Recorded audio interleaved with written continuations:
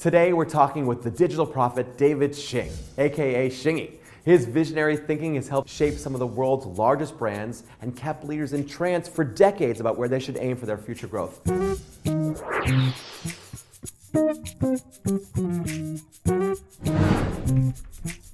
Shingy, thank you so much for joining me today. You're very welcome. I want to start at the beginning, if I can. You come out of the world of design. I do. There's a moment where you're like, I know, I need to go do something bigger Yeah. and have a larger presence. How did you make that transition from where you started to basically where you ended up? So it's a long journey, but there was a moment that I think I'd like to highlight, which is this moment where you recognize you could influence how people think about the future. When I was a kid, I come from a very small town in Australia. I'm one of 10 kids.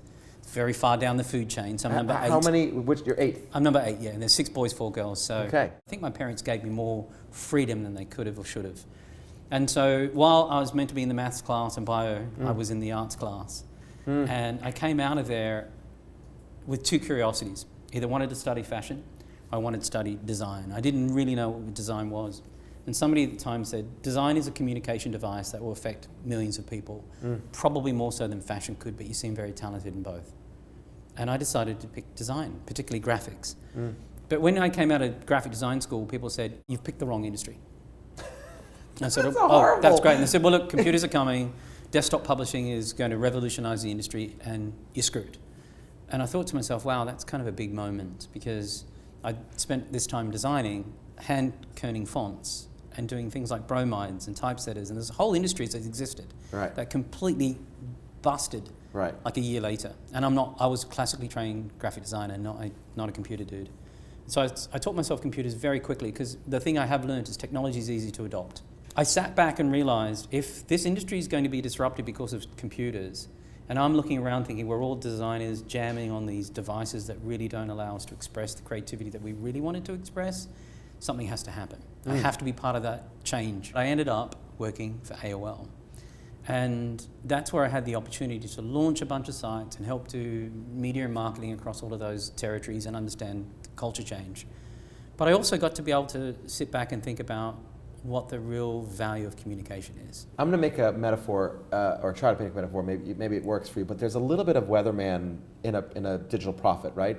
This is what I believe is going to happen, right? Yeah, forecasting, yeah. How do you come up with this perspective on, like, now I'm going to share with you where I believe the world is going? Because every marketer, at least from my perspective, has this opinion on the things that are happening, that are active and that are interesting. Right. But your perspective is, I'm not going to tell you what's today, I'm telling you what's tomorrow. Right. That's really valuable.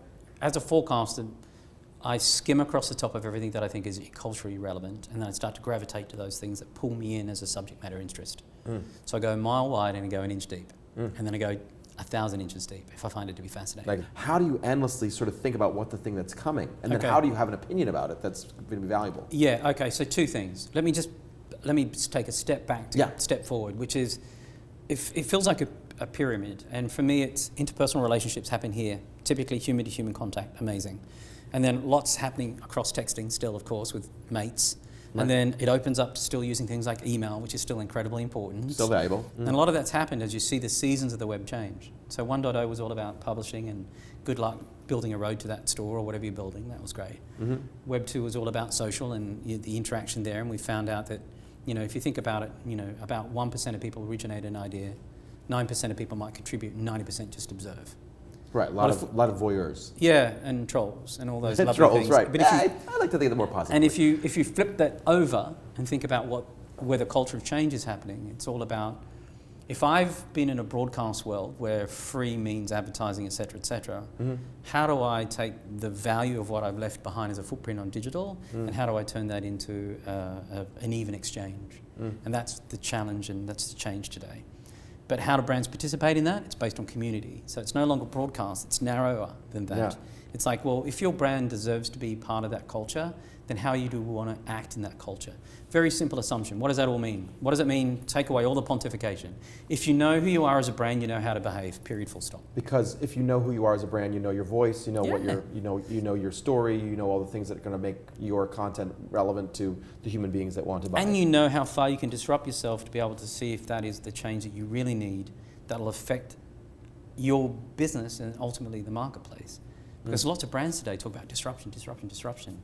I have a very simple answer to that. If you're not disrupting yourself, you're being disrupted. So if you're not even participating in that, then what are you fearful of? Because if it's already happening out there, you better happen in here. And a lot of that's got to do with the mindset of a company and the brand of that. Some people could say, hey, it's not reflective of our brand. Well, then what does your brand stand for? Is it innovation? Is it change? Is it, what is it? I consider you a change agent. You've driven change, you make change happen. What do you think are the most important attributes of being a change agent? The basic things in my mind apply to either a person and or brand. So there are three things that every brand on planet Earth, it doesn't matter what story we could articulate. You and I could grab a drink right now and talk about amazing brand stories. They all have three elements to it, and I believe this is the same. So the first one is performance, which, by the way, media, advertising, brands, they over-index on. Drink this thing, it'll give you 10 times more whatever. 10 times more something, right? Yeah, this will give you protection to, we've taken all these incredible abilities to engage with people, and all we do is just hit them with all this data. Because we live in this world that we think it's all about data, bigger, better, better. And it's all about performance. If the thing does what it says on the tin, that's performance. Cool. So why brag about it? So I prefer, performance is important, at least it articulates a value. Story is also incredible. So people ask me, hey, very talented presenter, you're able to talk about things and contextualize them in a way that inspires people, but it's grounded at the same time. It's inspiring, but it's grounded. Every single time I present, there's always something about it, about my story and why I care about it. So a brand story, a person's story, there's something about it that we've lost our way with story. Because people are too quick on what it is. What is it going to do? Why is it important? Well, the why is the story typically. But the thing that most people forget about, and brand and person, but all of that, is feel. What's the feeling I get? It's a human nature, man.